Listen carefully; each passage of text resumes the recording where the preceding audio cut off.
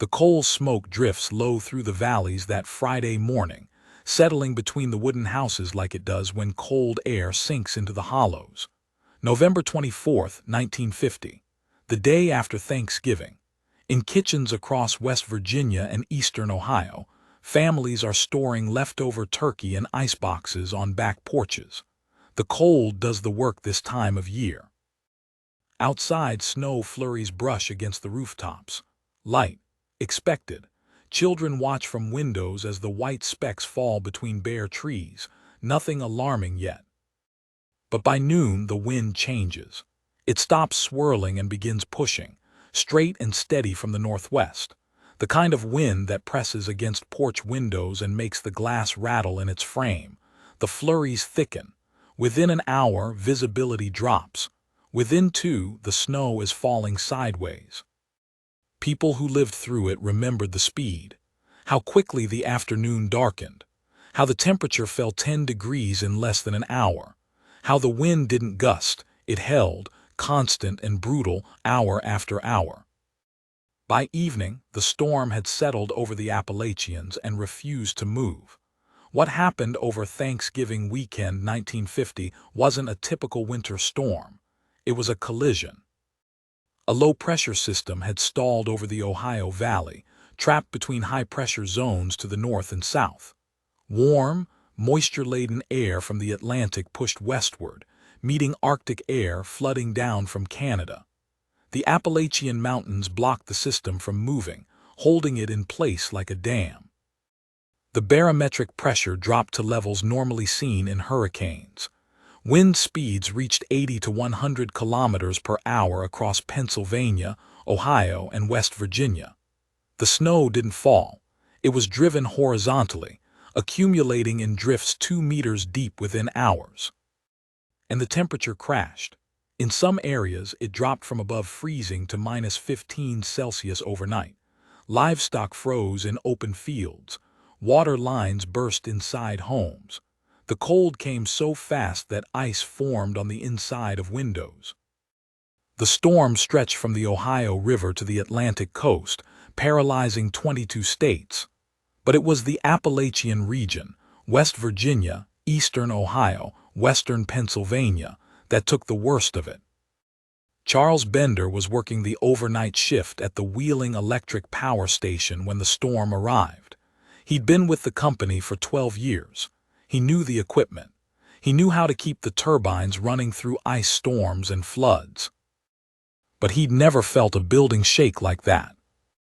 The wind hit the station just after midnight. The vibration traveled through the concrete walls, through the floors, into the machinery itself. Bender later described hearing the wooden utility poles snapping outside, one after another like rifle shots. Each time a pole went down, another section of the city went dark. By 2 a.m., the station had lost contact with the main grid. The phone lines were dead. The snow was piling against the doors so fast that when Bender tried to step outside, he couldn't push through. He and 2 other workers were trapped inside with the generators for the next 16 hours. They kept the turbines running as long as they could, but without coal deliveries, without communication, without knowing how many people still had power, all they could do was wait. Bender said later that the worst part wasn't the fear. It was the silence. Once the wind stopped, there was nothing. No traffic, no voices, just snow muffling everything. When they finally dug their way out on Saturday afternoon, downtown Wheeling looked like a different city. The streets were buried. Cars sat under drifts up to their roofs, and the power lines, miles of them, hung useless, draped over snowbanks like black ribbons. The storm destroyed the infrastructure that kept these towns alive. Wooden utility poles, weighted down with ice, snapped by the hundreds. Some sections of the power grid went dark within the first few hours. Others held on until the weight of the snow simply pulled the lines down. By Saturday morning, over 300,000 people across the region were without electricity. The roads disappeared. Drifts buried state highways under 2 meters of snow. Plows couldn't move. Emergency vehicles couldn't reach isolated towns. In rural areas, families were cut off completely, with no way to call for help and no way to know when help would arrive. Coal delivery trucks, critical for heating homes in Appalachia, couldn't get through. Furnaces went cold. Families burned furniture, fence posts, anything that would fit in a stove. In Pittsburgh, hospitals ran on emergency generators. In smaller towns, they ran on nothing. The railroads froze. Ice formed on the tracks faster than crews could clear it.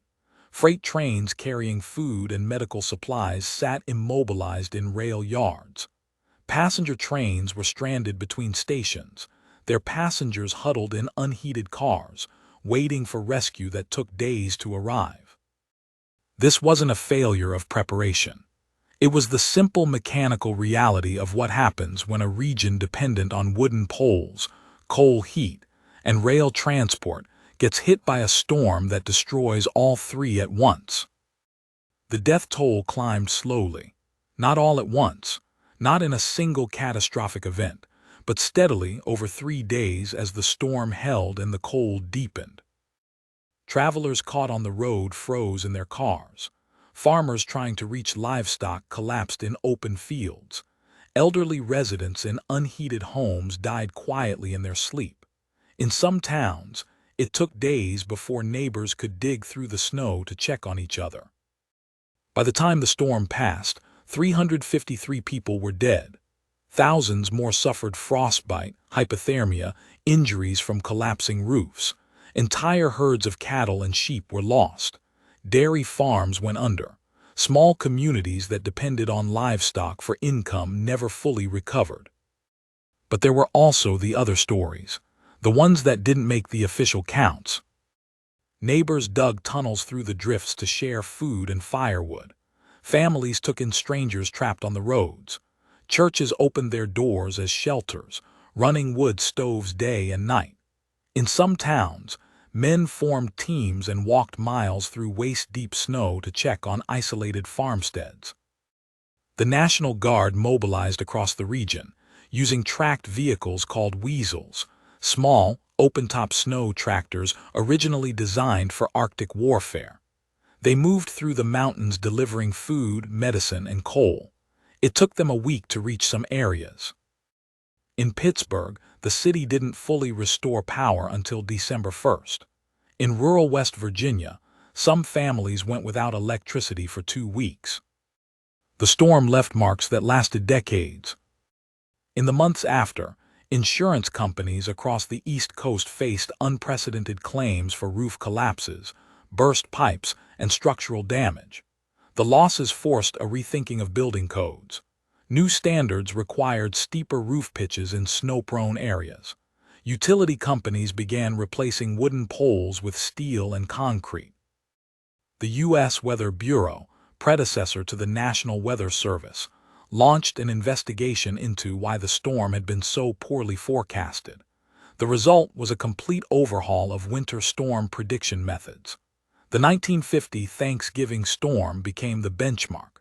For the next 40 years, meteorologists measured every major East Coast snowstorm against it. Archival footage from the storm still exists. Grainy black and white reels shot in Pittsburgh and Columbus show streets transformed into canyons of snow, drifts higher than parked cars, residents climbing out of second-story windows. The Library of Congress preserves some of this footage. Local historical societies across Appalachia hold more. In cemeteries throughout the region, plaques mark the graves of those who died in the storm. Some are dated November 25th, others November 26th or 27th. The inscriptions are simple: names, dates, and often just a single line, lost in the storm. For people who lived through it, the 1950 Thanksgiving blizzard became a dividing line. There was life before the storm and life after. Every winter after that, when the snow began to fall, they watched the sky differently. Sunday, November 26th. The wind stops sometime before dawn. The silence wakes people up. When the sun rises over the valleys, it hits snow that has buried entire towns. The landscape is unrecognizable. Roads are gone. Fences are gone. Only the tops of utility poles remain visible, leaning at strange angles. Chimneys begin smoking again. Families who made it through the night start digging, not toward anything in particular at first, just digging, making paths, checking on neighbors. By midday, the sound of shovels scraping on frozen pavement echoes through the hollows. Railroad plows begin the slow work of forcing their way through drifts on the main lines. National Guard weasels crawl up mountain roads, delivering supplies to families who haven't been seen since Friday. The storm didn't announce itself with thunder or lightning. It didn't arrive as a single catastrophic blow. It simply settled over the Appalachians and refused to leave, grinding down infrastructure and patience and warmth until there was nothing left but waiting. 3 days, 353 dead, 22 states paralyzed, and a generation that would never forget the Thanksgiving weekend when the mountains disappeared under snow and the valleys went silent. The storm passed, the digging out began, and the region slowly rebuilt itself around the memory of what one relentless night could do.